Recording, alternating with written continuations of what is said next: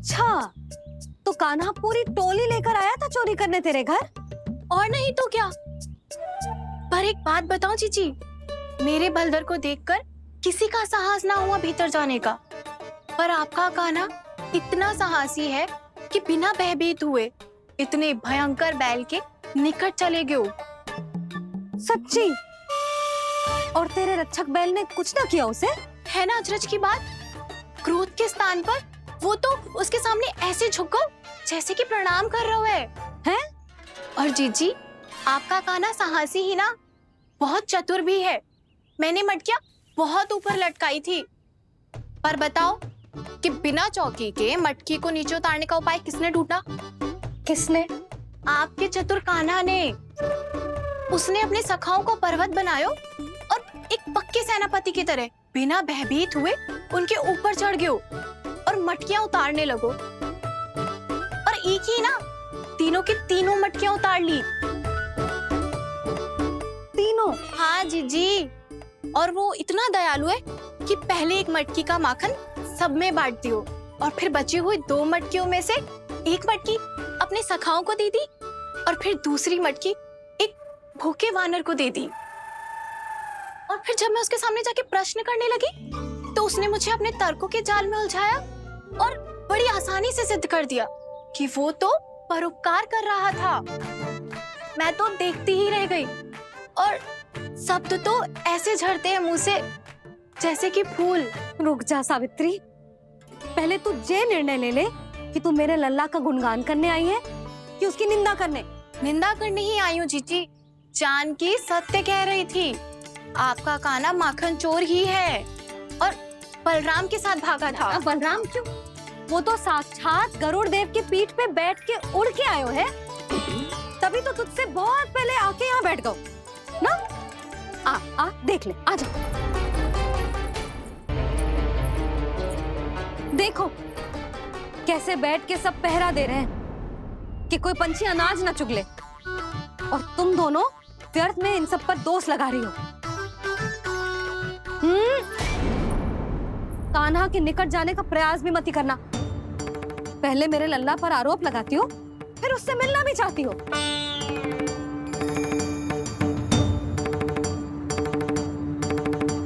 पर जीजी चोरी? अरे उसे तो चोरी का अर्थ भी ना पता होगा। तुम दोनों को नारायण का भय भी ना है क्या? हाँ, मेरे लल्ला पर आरोप लगाने से पहले तुम दोनों को लज्जा ना आए? हे नारायण, अब आप ही बताओ मैं क्या करूं। लग तो है किसी की घोर दृष्टि लगी है कि बार बार मेरे लल्ला पर आरोप लगते हैं। किसी की क्या, तुम दोनों की दृष्टि लगी है। या तो तुम दोनों मनगढ़ंत कथाओं को सत्य बताना छोड़ दो, या फिर कृपा करके मेरे घर आना बंद कर दो।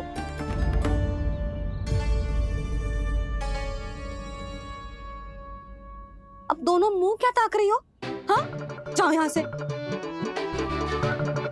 और तुम दोनों नंद जी की सभा में क्यों ना गई? हाँ?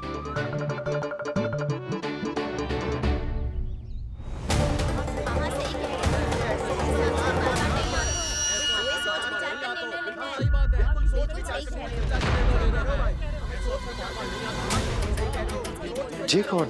पहले तो कभी ना देखो इसे।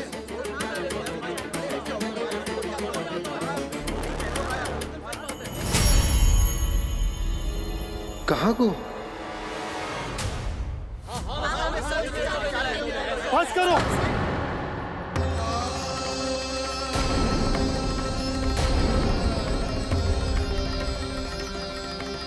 मेरी आंखों के सामने मैं गोकुल में इस तरह फूट पड़ते ना देख सकता।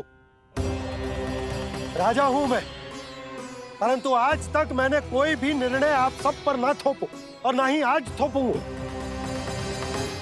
मुझे पता है आप सबके पास कल सूर्यास्त तक को समय, इसीलिए मेरी विनती है कि आप घर जाकर रात्रि को इस बात पर पुनः विचार अवश्य कीजिएगा। सोचिएगा कि कोई भी व्यापारी अविश्वसनीय रूप से सस्ता क्रय विक्रय क्यों करेगा जब तक कि उसका कोई छुपा हुआ लाभ ना हो। हमें सोचना होगा कि कहीं हम उसके बिछाए जाल में फंस तो ना रहे।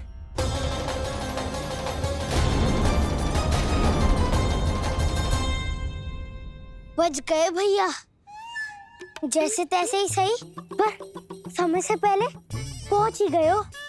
सावित्री मौसी कनेक सी बात को इतना बड़ा चढ़ा के बोल रही थी जितना उज्जवल भी ना बोलतो।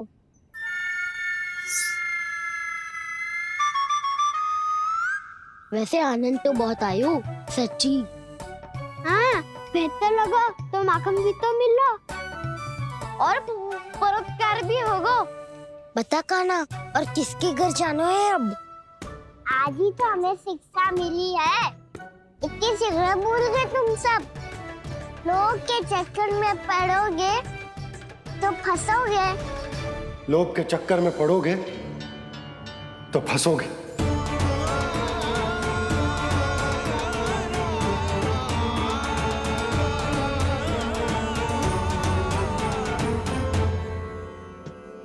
चोर चोर कह रही है मेरे निर्दोष से बालक को।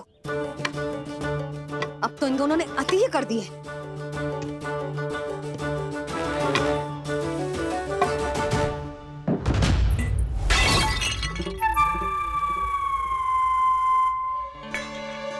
से भी अभी फूटना था। वैसे ही मैं इतनी चिंतित हूं। कैसे समझाऊं इन गांव वालों को?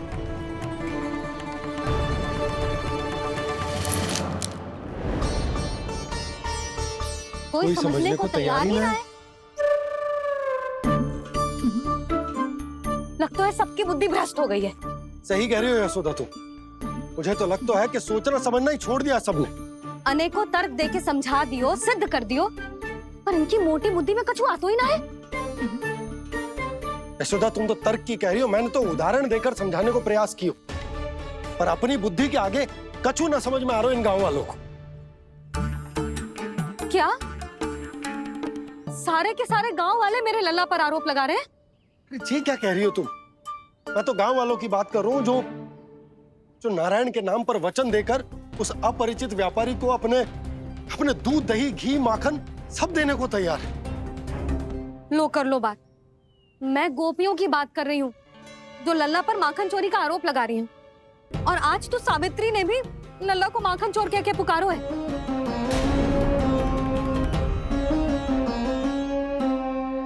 सावधान यशोदा, कहीं बड़ा होकर माखन चोर ना बन जाइए। अच्छा, ये सब आप छोड़ो। स्त्रियों की बात है, मैं संभाल लूंगी। आप ये बताओ, सभा में क्या हुआ? गोकुल में फूट पड़ गई यशोदा, लोभ की फूट।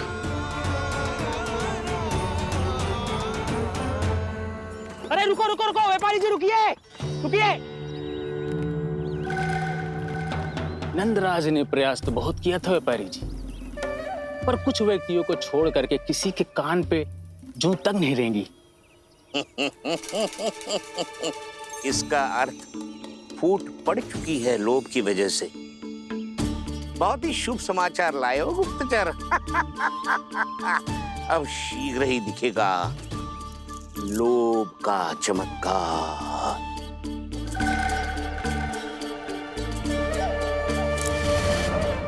लोभ से बचने को जो पाठ हम कान्हा को पढ़ा रहे थे ना, आज वही पाठ मैं इन गांव वालों को समझाने में असमर्थ रहा। आप चिंता मत करो जी, धीरे धीरे सब ठीक हो जाएगा। तब तक बहुत देर हो जाएगी यशोदा। ये गोकुलवासी मेरे अपने, उन्हें अपनी आंखों के सामने मैं भूल करते ना देख सकता। वो सुलक्षणा, वो उस व्यापारी के प्रभाव में आ गए, और शंकरी मौसी और सुमति भी सुलक्षणा के मार्ग पर ही चल रही। कान खोल के सुन ले बहू, आज से घर में दूध पीनो बंद, दही खानो बंद और माखन तो बिल्कुल न खानो। पर मैया, पर किंतु परंतु कुछ ना सुननो मुझे। सुलक्षणा की जैसे धनवान बननो है कि ना?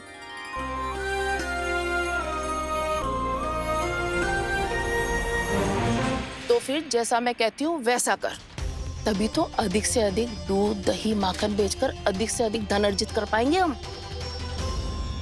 सुलक्षणा को उस व्यापारी की तरह धनवान बनना है और शंकरी मौसी को सुलक्षणा की तरह। ऐसे तो पूरा गांव ही लोभ में पड़कर कल उस व्यापारी के पास पहुंच जाएगा। अब तो फिर स्त्रियों को मुझे अपने ढंग से समझाना पड़ेगा। अब गोकुलवासियों को चाहे कोई भी कितना भी समझा ले, बुझा ले, ज्ञान बांटे, उन्हें केवल एक ही भाषा समझ में आएगी, लोभ की भाषा। लगता है आपके पास बहुत उत्तम योजना है व्यापारी जी। सब झटक लूंगा।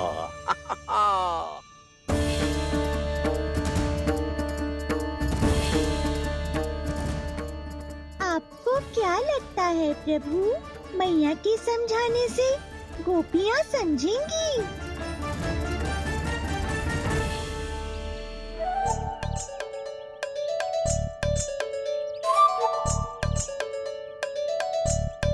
कान्हा, और कितनी प्रतीक्षा करवाएगो?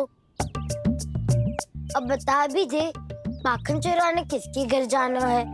इतना आसान ना है निर्णय करना, समय लगता है, सोच विचार करना पड़ता है। पर ये निर्णय किया कैसे जाए पता है मुझे। लगता है ये निर्णय करना पड़ेगा कि बचना कैसे है।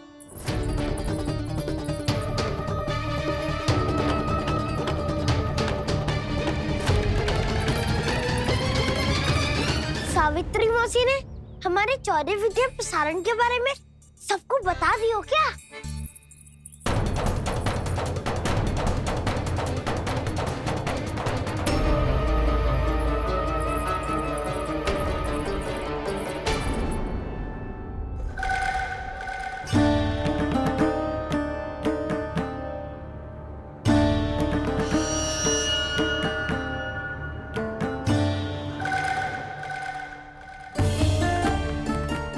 शीघ्र आओ, छोटी माँ बुला रही है।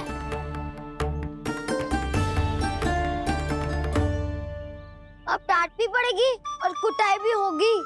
चौरी विद्या प्रसारण कल ही आरंभ हुआ था और आज ही समाप्त हो जाएगा। सब इतने गंभीर क्यों है आज? गंभीर तो होंगे ही ना दाऊ, क्योंकि मैया आज अच्छा वाला पाठ पढ़ाने वाली है।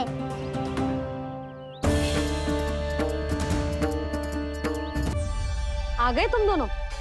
चलो आओ, बैठ जाओ। जशोदा जी बता तो दो, सवेरे सवेरे क्यों बुलाया हम सबको? रुको, इतनी शीघ्रता क्या है? पहले इन बालकों को कुछ खिलाने तो दो। अभी खेलने निकलेंगे ना, पूरी दोपहरी दिखाई ना देंगे।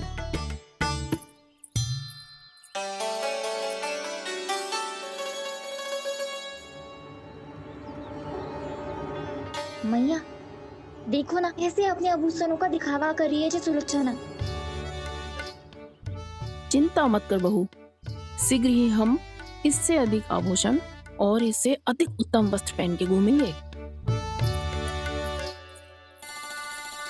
ये देखो, तुम दोनों के लिए क्या बनाओ है मैंने। पूरे गोकुल में प्रसिद्ध मेरे पेड़े। चलो लो। यशोदा, ये तो बहुत सारे हैं। हाँ जशोदा जी, इतने सारे तो मैं भी ना खा पाऊं। क्यों दृष्टि लगा रही हो सुलक्षणा? बढ़ती आयु के बालक हैं, खाने दो इन्हें। तुम सब कछु मत सुनना, जी भर के खाओ। ले खाना।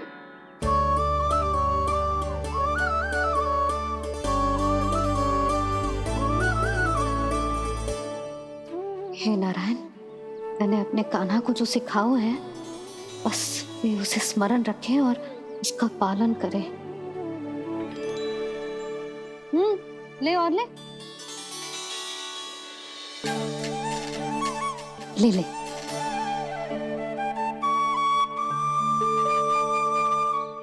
आज तो एक के बाद एक पेड़ मिल रहे हैं, वो भी बिना रोक टोक के।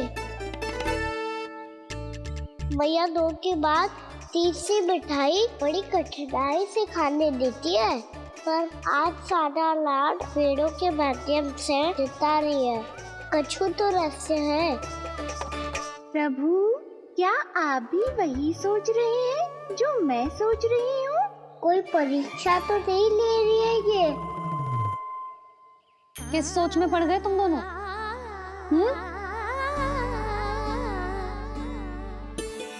खाओ ना। जब तक पेट और मन दोनों ना भर जाए तब तक खाओ। बस यशोदा, इतना पर्याप्त है।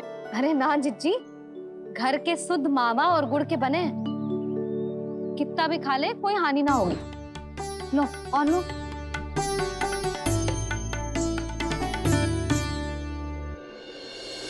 प्रभु, परीक्षा ही है ये तो खाए जा रहा है, कहीं मेरी दी हुई सीख भूल तो ना खाओ, सारा खेल बिगड़ जाएगा। सदैव स्मरण रखियो लल्ला, लोभ बहुत भयानक होता है, बहुत भयंकर। जे एक बार हमारे मन में प्रवेश करके हमें भीतर से ही जकड़ लेता है, इसके कारण हम अधिक से अधिक पाने की इच्छा करने लगते हैं। क्या हुआ कान्हा, रुक क्यों गए?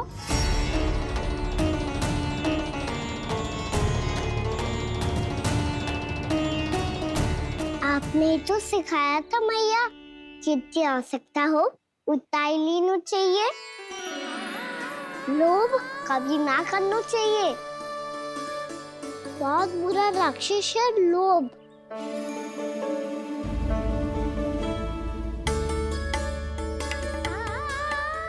बुरा और खाने में कोई बुराई ना है कान्हा, ले ले। ना मैया, लो मैं अधिक खाऊंगा तो फिर पेट पकड़ के बैठना पड़ेगा।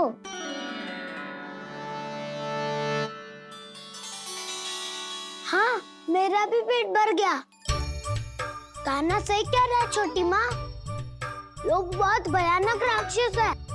जो भी लोग के चक्कर में पड़ेगो वो बहुत बुरा फंसेगो। अच्छा जाओ, जाके खेलो तुम दोनों। मैया, ये पेड़ अपने सखाओं के लिए भी ले जाऊं मैं? हाँ लल्ला, ले जाओ अवश्य।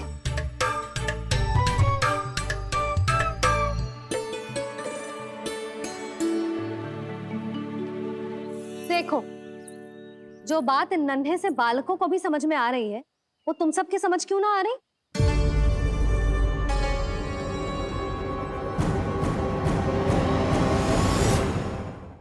क्या समझाना चाहती हो जशोदा जी? तनिक खुल के बोलो।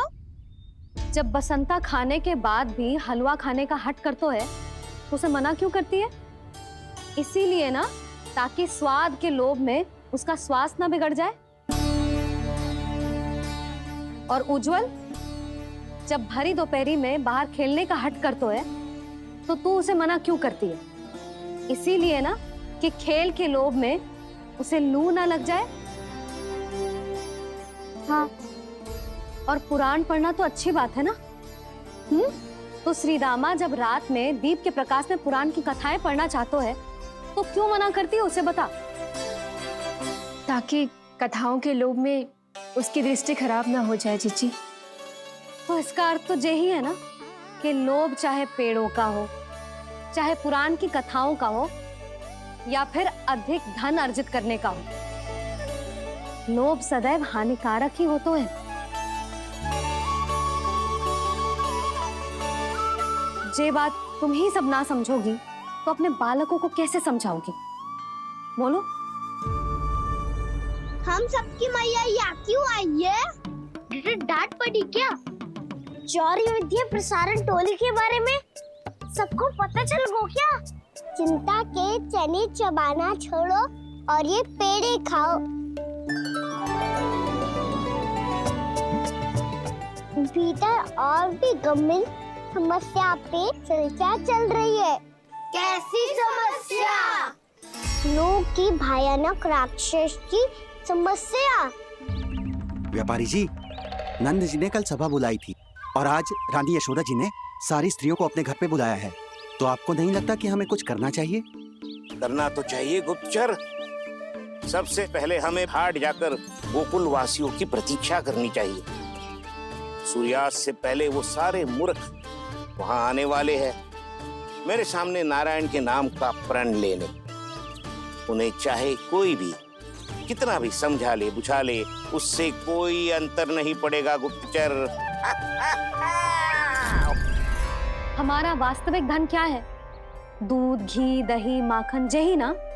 हाँ, तो श्री नारायण की कृपा से तो हमारे पास इसकी कोई कमी ही ना है। तो हम सब तो पहले से ही धनवान हुए ना। तो फिर जे गोधन अपने परिवार और संतान में बांटने के बाद जो भी बचतो है वो तो हाट पे बिखी जातो है ना। तो फिर मथुरा के किसी अपरिचित व्यापारी के साथ माथा फोड़ने की क्या आवश्यकता है? जशोदा जी, हम आपकी और नंदराज की चिंता समझते, पर इसकी कोई आवश्यकता ना है। कछु उल्टा सीधा नहीं करेंगे हम। विश्वास रखो जशोदा, हम जो कुछ करेंगे समझदारी से करेंगे। लोभ में आके कोई निर्णय नहीं लेंगे हम लोग, है ना? हाँ। अच्छा, अब चलती हूँ। बुलावे की सूचना पाके सब कार्य ऐसे ही छोड़कर आ गई थी।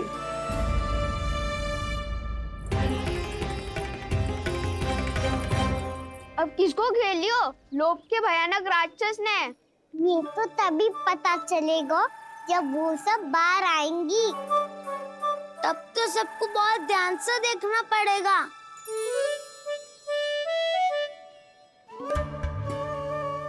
देखना तो पड़ेगा दाऊ, तभी तो पता चलेगा माखन चुराने किसके यहाँ जाना है। नाना,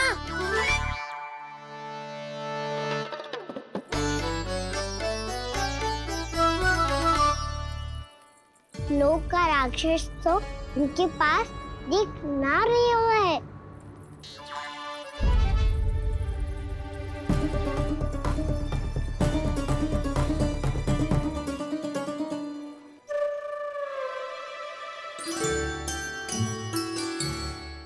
नारायण का बहुत बहुत धन्यवाद। कान्हा, मेरी मैया को घेर रहे है क्या उस राक्षस ने? यशोदा भाभी और नंद भैया कितने चिंतित थे ना। पक्का कछु ना कछु कारण तो अवश्य होगा। हाँ, मुझे भी सच लग रहा है कि धनवान बनने के चक्कर में मैं तनिक ज्यादा ही लोभ में पड़ गई थी। नहीं, बस गए। और मेरी मैया दादी, उनका क्या गाना? बहू, सुलक्षणा की जैसे ढेर सारा धन कमाने के चक्कर में लोभ में तो ना आ रहे ना हम। हे नारायण, बहुत कृपा है आपकी। लगता है लोभ का राक्षस किसी को अपनी चपेट में नहीं ले पाया। लेता भी कैसे दाऊ? मेरी मैया ने जो समझायो है। क्या लगता है यशोदा, इन्हें समझ आया होगा? आशा तो यही है, और अब भी ना समझी तो फिर तो नारायण भी ना समझा सकते। सुनो, दोपहरी में हम सब मिलेंगे। दोपहरी में? तो क्या तू तब निश्चित करेगो कि आज किसके यहाँ जाना है माखन? आज कोई माखन चोरी नहीं होगी। क्षमा करना राव, भैया के का समझाने के बाद भी जिसके समझ में कछु ना आई हुई थी उसके घर चोरी तो करनी पड़ेगी आज।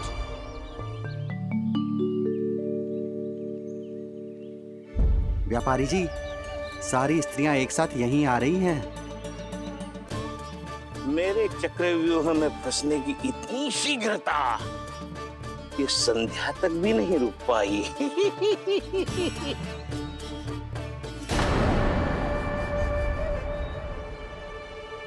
पर ये आपके तरफ ध्यान क्यों नहीं दे रही हैं? लगता है गोकुल की रानी ने इनको पाठ पढ़ा ही दिया। अब आपको ही कुछ करना होगा व्यापारी जी। करूंगा, अपनी चाल सबसे अंत में चलूंगा, किंतु अभी उनके लिए एक घोषणा ही पर्याप्त होगी। तुमने सबको सूचित तो कर दिया है ना कि सबको अग्रिम धनराशि मिलेगी, वो भी दूध, दही, माखन, घी बेचने के बाद नहीं, वो पहले ही मिला करेगी। वो भी केवल एक दिन की नहीं, पूरे सप्ताह की। मैं बिल्कुल सही कह रही थी। जशोदा जी और नंदराज व्यर्थ ही चिंता कर रहे थे। यदि व्यापारी जी के मन में कोई मैल होता तुझे अग्रिम धनराशि थोड़ी ना देते। बात तो तुम सही कह रही हो सुलक्षणा।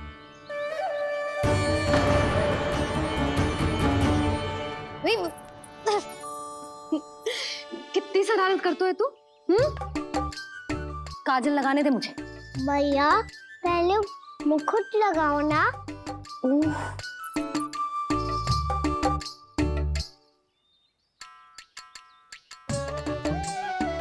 और मेरी मुन्नी। हाँ हाँ रुक जा। ले बस होगा प्रसन्न। भैया मैं ना चाहता मैं इसे फिर से भूल जाऊं, नहीं तो कड़ी धूप में इसे लेने वापस लौटना पड़ता है। चल अब बैठ जा। अब मुझे काजल लगाने दे लेना। भैया इतना सारा काजल मत लगाओ, छोटा सा बालक लगता हूँ मैं। आहा, नखरे तो देखो। इतना सज धज के तो तेरे बाबा भी ना जाते बाहर, दृष्टि लग जाएगी लल्ला।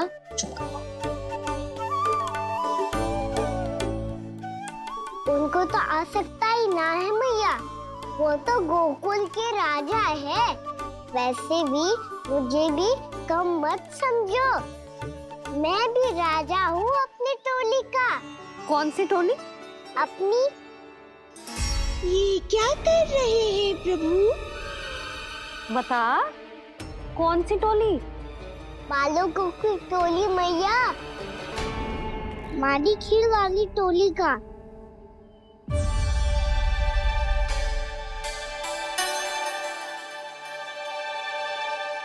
क्या हुआ जी?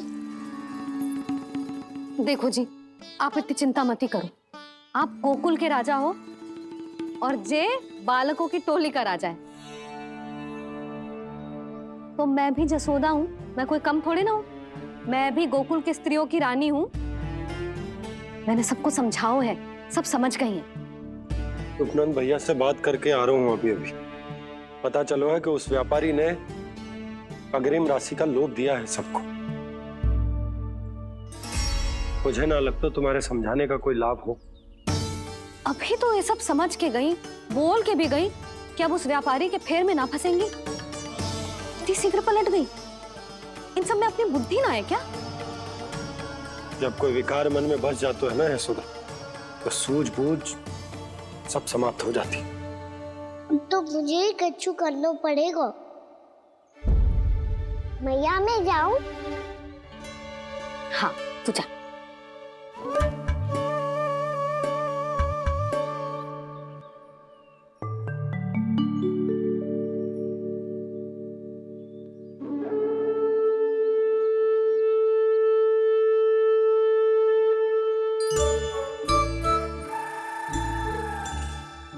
बहुत बड़ी समस्या हो गई है सखाओ। कैसी समस्या? लोभ का भयानक राक्षस कहीं ना गए हो, वो अभी भी यही है। मुझे पता था, और इसका सबसे अधिक प्रभाव तो मेरी मैया और दादी पर ही हुआ है। तुम सच कह रहे हो उज्जवल? हाँ। अरे कछु ना बलदाऊ, जे बड़ बोला तो ऐसे ही बात करते रहेगा बड़ा चढ़ा के। बड़ा चढ़ा के नहीं बोल रहा हूँ मैं। आज से घर पे दूध, दही, माखन, घी सिर्फ एक बार ही मिलेगा। पर क्यों? ताकि अधिक से अधिक दूध, दही, माखन, घी बचाकर उस व्यापारी को 2 गुना मूल्य पे बेचा जाए। इतने से तो काम ना चलेगा। उस सुलक्षणा से, और मैं तो कहूँ सुलक्षणा से ही क्यों, पूरे गोकुल में सबसे अधिक धनवान बनना है तो और माखन जमा करना पड़ेगा। हाँ हाँ मैया, लाओ मैं इसे ऊपर रख देती हूँ। चोरी चुपके से खा तो ना जाएगी ना? तेरी घबराहट बता रही है कि घर से निकलने से पहले तूने थोड़ो माखन तो खाया है। सच्ची बोल। ना ना मैया, मैं क्यों माखन खाऊंगी? मैं भी तेरी मैया हूँ लाली, माप के रखो तो मैंने।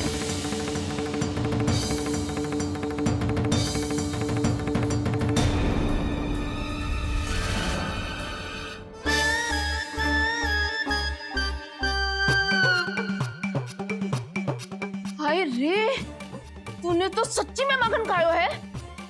तनिक भी लज्जा ना आई तुझे? असत्य बोलने से पाप लगता है मैया। और जितनी बार आप माखन नाप रही है उतनी बार डंडी पे लगा माखन आप स्वयं चाट रही है और दोष मुझ पे दे रही है। वो तो बस मैं इसलिए चाट रही थी कहीं व्यर्थ ना जाए। और तेरी जीभ है कि तीखी मिर्ची। एक तो मैया से बहस करती है और चोरी छुपके स्वयं खा के मैया पे दोष भी धरती है। हे नारायण, कैसी बहू दी है मुझे। जा दूर हो जा मेरे कक्ष से। और माखन के तो आसपास भी दिखने की आवश्यकता ना है। इस चटोरी को तो कोई भरोसा ना है। माखन को तो सुरक्षित स्थान पर रखना पड़ेगा।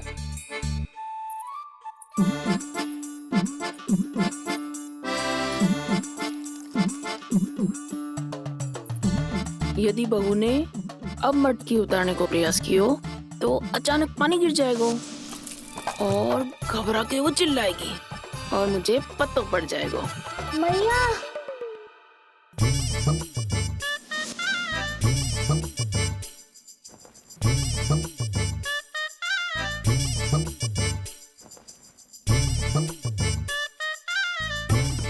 ये माखन तो मैं किसी को छूने भी ना दूंगी, तभी तो बनूंगी धनवान, बहुत धनवान।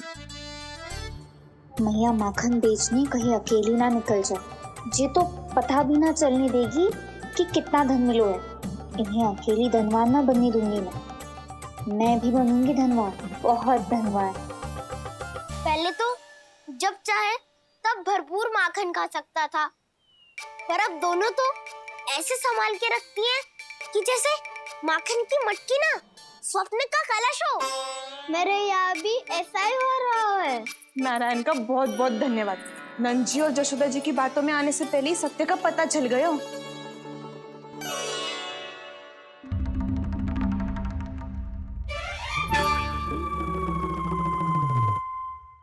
ये इतना सारा माखन।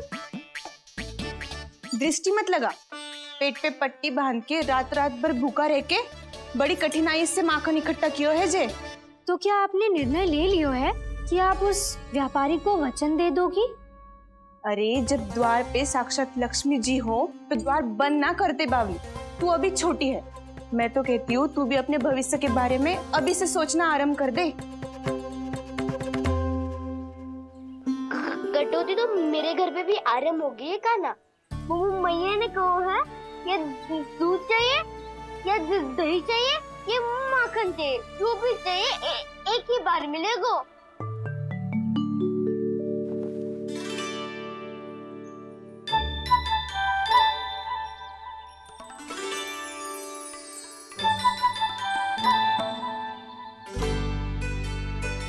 तब हमारी टोली को ही कुछ करना पड़ेगा। तुम सबको तुम्हारा अधिकार मिले, यह हमारा कर्तव्य है।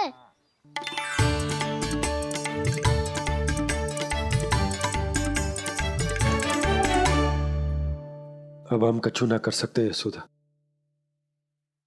यदि अब मैंने उन्हें रोको तो उन्हें लगेगा कि मैं उनसे उनकी उन्नति का अधिकार छीन लूं।